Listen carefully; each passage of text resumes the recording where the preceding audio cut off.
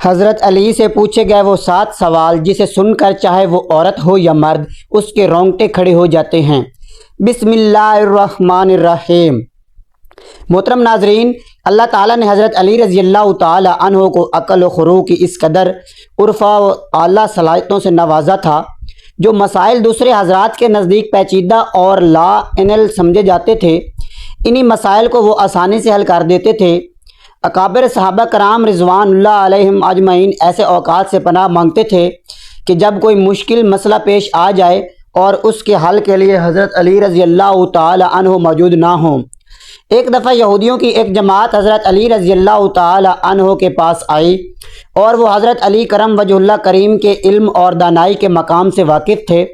وہ نادان یہ سوچ کر آئے تھے کہ اگر کسی طریقے سے وہ حضرت علی رضی اللہ تعالی عنہ کو علمی بنیاد پر شکست دے دیں تو اس سے مسلمانوں کو شرمندگی ہوگی اور ہر طرف ہمارا ڈنکا بجنے لگے گا۔ اس یہودی جماعت نے یہ بھی منصوبہ بنایا کہ ہم نہ صرف آپ سے سوال کریں گے بلکہ آپ سے سوال آپ کی کتاب یعنی قرآن مجید سے نہیں بلکہ اپنی کتاب یعنی تورات سے کریں گے۔ اس جماعت نے من ہی من میں یہ سوچ لیا تھا کہ اگر حضرت علی رضی اللہ تعالی عنہ ہماری شرائط کے مطابق تورات سے جواب دینے پر راضی ہو بھی جاتے ہیں تو یہی ہماری جیت ہوگی، لیکن کیسے؟ ناظرین، یہودیوں کی اس جماعت کا ماننا کچھ یوں تھا کہ حضرت علی رضی اللہ تعالی عنہ بہرحال حضرت محمد صلی اللہ علیہ وآلہ وسلم کے ماننے والے ہیں اور حضرت محمد صلی اللہ علیہ وآلہ وسلم پر قرآن پاک نازل ہوا تو یہ بات ممکن نہیں کہ حضرت علی رضی اللہ تعالی عنہ کسی صورت تورات کے سوالوں کا جواب تورات سے ہی دے سکیں۔ محترم ناظرین، یہودیوں کی جماعت کا سربراہ جس کا نام راسل جالوت تھا، اس کی زیر قیادت یہ جماعت علی رضی اللہ تعالی عنہ کے پاس آئی تھی۔ راسل جالوت بولا، اے علی، ہم لوگوں نے آپ کے علم کا بہت چرچا سنا ہے۔ حضرت علی کرم وجہ اللہ کریم مسکرا کر بولے، تو کیا اس بات کی تصدیق کرنے آئے ہو؟ راسل جالوت بولا، ہم آپ سے چند سوالات کریں گے، آپ کو ان سوالوں کا جواب ہماری کتاب تورات سے دینا ہوگا، اور اگر آپ نے سب کے سامنے ہمارے سوالوں کے جواب دے دیے تو ہم آپ کو باب العلم مان لیں گے۔ حضرت علی کرم وجہ اللہ کریم نے مسکرا کے جواب میں، فی الحال اس بات سے بالکل غافل ہوں کہ تم لوگ کیا سوالات کرو گے اور تم کیا سوچ کے آئے ہو۔ اگر میں تمہارے سوالوں کے جواب دینے میں کامیاب ہو گیا تو کیا تم لوگ دین اسلام قبول کرو گے؟ یہودی اس بات پر آمادہ ہو گئے کہ اگر ان کے تمام سوالوں کے جواب انہیں تورات سے مل گئے وہ یہودی مذہب چھوڑ کر اسلام قبول کر لیں گے، اور یہ اس بات کی دلیل ہوگی جن سے آپ نے علم سیکھا ہے وہ یقیناً اللہ کی طرف سے بھیجے گئے سچے نبی ہیں۔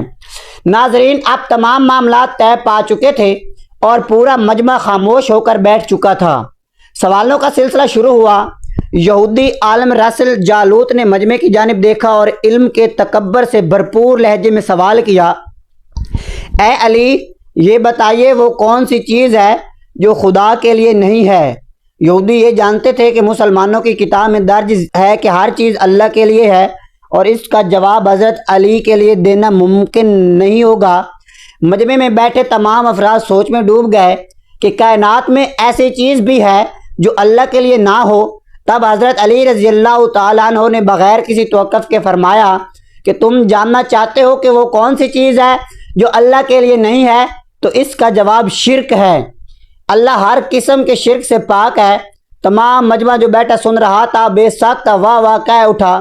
ناظرین، اب راسل جالوت نے دوسرا سوال کیا، اے علی، یہ بتائیے وہ کون سی جگہ ہے جہاں اللہ موجود نہیں ہے؟ حضرت علی رضی اللہ تعالی عنہ نے اس کو فوراً جواب دیا کہ اللہ تعالیٰ ہر جگہ موجود ہے۔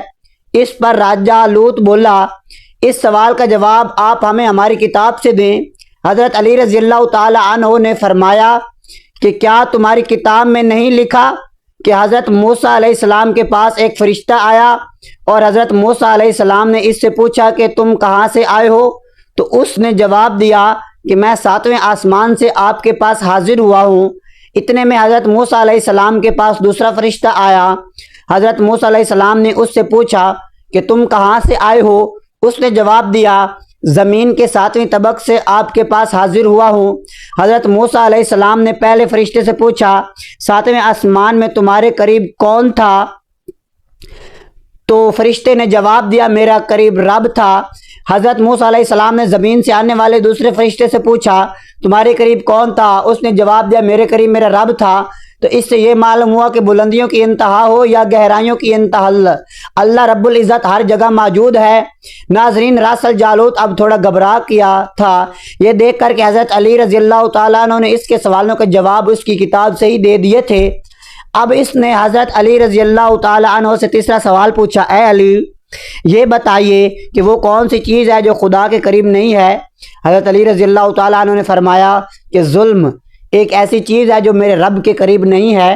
ناظرین، اب راس الجالوت نے پے در پے شکست کھانے کے بعد اپنے سوالوں کا زاویہ بدل لیا۔ اب اس نے علمی سوال کے بجائے تاریخی اور سائنسی سوالوں کی طرف اپنا رخ موڑ لیا اور بہت ہی تکبر بھرے انداز میں اس نے پوچھا، اے علی اس چشمے کا نام بتائیں جو زمین پر پہلی مرتبہ جاری ہوا۔ حضرت علی کرم وجہ اللہ کریم بولے کہ اس چشمے کو چھوڑ دو، پہلے یہ بتاؤ کہ تمہارے دل میں کیا ہے، اور تمہارے دل میں یہ ہے کہ وہ چشمہ بیت المقدس کی ایک چٹان کے نیچے راس الجالوت کے منہ سے بے ساختہ ہاں نکلا۔ تو حضرت علی بولے کہ آج اپنی اصلاح کر لو، کیونکہ زمین پر بہنے والا پہلا چشمہ وہ نہیں جسے تم لوگ سمجھتے ہو، بلکہ زمین پر بہنے والا پہلا چشمہ وہ ہے جس سے حضرت خضر علیہ السلام نے پانی پیا، اور یہی وہ چشمہ ہے جس سے آب حیات جاری ہوا۔ ناظرین، راس الجالوت اب مزید گھبرا گیا تھا۔ اس نے اس گھبراہٹ میں حضرت علی رضی اللہ تعالی عنہ سے ایک اور تاریخی سوال کیا، اے علی یہ بتائیے کہ وہ کون سا پتھر ہے جو آسمان سے پہلی دفعہ اتارا گیا؟ حضرت علی نے جواب دینے سے پہلے ایک جملہ کہا، یقیناً تم لوگوں کے ذہنوں میں پہلا پتھر وہ ہے جو بیت المقدس میں نصب ہے، لیکن تم اس بات کو کیوں بھول جاتے ہو کہ خانہ کعبہ بیت المقدس سے کہیں پرانا ہے، اور حجر اسود اس وقت نصب کیا گیا جب خانہ کعبہ پہلی دفعہ تعمیر ہوا تھا، اور وہی پہلا پتھر ہے۔ یہودی آپ کے جواب سن کر ہمت نہ کر سکے کہ انہیں غلط قرار دیں، کیونکہ وہ ہر جواب انتہائی دلیل کے ساتھ دے رہے تھے اور ان کی اصلاح بھی کرتے جا رہے تھے۔ اب کی بار راس الجالوت نے ایک صاحب سے سوال پوچھا۔ اس نے پوچھا یہ بتائیے کہ وہ کون سی چیزیں ہیں جو مسلسل کم اور زیادہ ہوتی رہتی ہیں؟ حضرت علی بغیر کسی توقف کے بولے، تم اپنے مادہ و سال پر غور کرو، تمہیں خود ہی اس سوال کا جواب مل جائے گا۔ راس الجالوت نے پوچھا وہ کیسے؟ آپ نے فرمایا کوئی دن اگلے دن کے برابر نہیں ہوتا، اس طرح گزشتہ رات اگلی رات کے برابر نہیں ہوتی، یہی وہ دو چیزیں ہیں جو مسلسل کم اور زیادہ ہوتی رہتی ہیں۔ راس الجالوت نے جواب سن کر حضرت علی رضی اللہ تعالیٰ عنہ سے ایک اور سوال کیا کہ زندہ رہنے کی پہچان سانس لینا ہے، کیا کائنات میں کوئی ایسی چیز بھی ہے جو سانس لیتی ہے مگر زندہ نہیں؟ حضرت علی نے فرمایا کہ صبح جب نکلتی ہے تو سانس لیتی ہے، حالانکہ صبح کے پاس نہ روح ہے نہ جان۔ یہ سن کر وہ جلدی جلدی بولا، اچھا یہ بتائیے کہ دنیا وہ کون سی جگہ ہے جہاں سورج کی کرنیں ایک دفعہ تو پڑیں لیکن دوبارہ اس جگہ کبھی سورج کی کرنیں نہیں پہنچ سکی؟ حضرت علی رضی اللہ تعالی عنہ نے فرمایا، ہاں یہ سمندر کی وہ جگہ ہے جہاں حضرت موسیٰ علیہ السلام اور ان کی قوم گزری تھی، اور سمندر اللہ تعالیٰ کے حکم سے دو حصوں میں تقسیم ہو گیا تھا۔ بس اس قافلے کے گزرتے ہوئے سورج کی کرنیں اس جگہ ضرور پڑی تھی، لیکن اس کے بعد سورج کی کرنیں کبھی بھی وہاں نہیں پہنچ سکیں۔ ناظرین، جواب پاتے ہی اس نے حضرت علی رضی اللہ تعالی عنہ سے پھر سوال کیا، یہ بتائیں کہ وہ کون سی دو چیزیں ہیں جو ہمیشہ غائب رہتی ہیں، اور وہ کون سی دو چیزیں ہیں جو ہمیشہ حاضر رہتی ہیں؟ حضرت علی رضی اللہ تعالیٰ عنہ نے فرمایا کہ آسمان اور زمین کی طرف دیکھو، یہ دونوں تمہیں کبھی غائب نظر نہیں آئیں گے، یہ دونوں ہمیشہ حاضر رہتے ہیں، اور موت اور زندگی کو ڈھونڈ لو تو تمہیں ان کے بارے میں کبھی پتہ ہی نہیں چلے گا، وہ کہاں ہیں اور کب آ جاتی ہیں۔ اگلا سوال راس الجالوت نے یہ کیا کہ اے علی یہ بتائیے کہ وہ کون سی چیز ہے جس کا خالق خود اللہ ہے مگر اس کے بارے میں خود سوال بھی کرتا ہے؟ حضرت علی بولے، موسیٰ علیہ السلام کا عصا مبارک کا خالق خود اللہ ہے اور اس کے عصا کے بارے میں خود سوال بھی کرتا ہے، اور پوچھا موسیٰ یہ آپ کے ہاتھ میں کیا ہے؟ پھر اس نے اگلا سوال کیا کہ بیت اللہ کا طواف تو ذی حیات کرتے ہیں، لیکن اس بے جان چیز کے بارے میں بتائیں جس نے بیت اللہ کا طواف کیا۔ حضرت علی کرم وجہ اللہ کریم بولا توقف بولے کہ کشتی نو ایک ایسی بے جان چیز ہے جو طوفان کے دوران اس مقام پر پہنچی جہاں بیت اللہ ہے، تو اس نے اس کے گرد 7 چکر لگائے۔ اس نے باب العلم حضرت علی رضی اللہ تعالیٰ عنہ سے کئی سوال کیے اور تمام کے جوابات آپ نے بالکل ٹھیک بتائے۔ توقف دیے کہ مجمع میں بیٹھے ہوئے یہودی بولا کہ حضرت دنیا میں ہر شخص سوچ کے جواب دیتا ہے لیکن آپ تو ہر سوال کا جواب بلا توقف دے رہے ہیں۔ حضرت علی رضی اللہ تعالی عنہ نے اس سوال کے بدلے میں اس یہودی سے ایک سوال کیا، بتاؤ تمہارے ہاتھ میں کتنی انگلیاں ہیں؟ اس نے فوراً جواب دیا 5۔ حضرت علی رضی اللہ تعالیٰ عنہ نے فرمایا تو نے بھی تو توقف اور میرے سوال کا جواب دے دیا۔ اس یہودی نے کہا یہ علی یہ کیسی بات ہوئی، مجھے معلوم ہے کہ میرے ہاتھ میں 5 انگلیاں ہیں۔ یہ سن کر حضرت علی رضی اللہ تعالیٰ عنہ مسکرائے اور کہا مجھے بھی یہ سارے علم ہی ایسے معلوم ہیں جیسے تجھے یہ معلوم ہے کہ تیرے ہاتھ میں 5 انگلیاں ہیں۔ یہودی نادان نہیں جانتے تھے باب العلم کے پاس کائنات کے رازواں کا علم ہے، لیکن جب انہیں تمام سوالات کے جواب ٹھیک ٹھیک مل گئے تو رسل جالوت سمیت تمام گروہ نے کلمہ پڑھا اور سب کے سب دائرہ اسلام میں داخل ہو گئے۔ مناقب علی میں علامہ ابن جوزی لکھتے ہیں کہ حضرت عمر فاروق جب خلافت کی مسند پر بیٹھے تو انہوں نے یہ بات کس وقت کہی تھی کہ میں اس مشکل وقت سے اللہ تعالیٰ کی پناہ چاہتا ہوں جس کی حل کرنے کے لیے حضرت علی رضی اللہ تعالیٰ عنہ میرے پاس موجود نہ ہوں۔ اس کے جواب میں علامہ صاحب خود ہی لکھتے ہیں کہ ایک دفعہ کیسر روم نے چند سوالات لکھ کر مسلمانوں کے خلیفہ حضرت عمر کے پاس بھیجے۔ سوالات ایسے تھے کہ جن کا جواب روم میں کسی کے پاس نہ تھا۔ سوالات کا مقصد مسلمانوں کو شرمندہ کرنا تھا تاکہ مسلمان اپنے دین سے منتفکر ہو جائیں۔ چنانچہ مسجد نبوی میں عظیم صحابیوں کی محفل جمی ہوئی تھی۔ کیسر روم کا قاصد آیا اور خط پڑھنا شروع کیا۔ خط کی تحریر کچھ یوں تھی کہ بادشاہ روم نے لکھا تھا کہ یہ خط ہے بادشاہ روم کیسر بنی الاصغر کا وقت کے خلیفہ حضرت عمر کی طرف کہ میں نے جو سوالات لکھے ہیں مجھے ان سب کے جوابات بتا دیجئے۔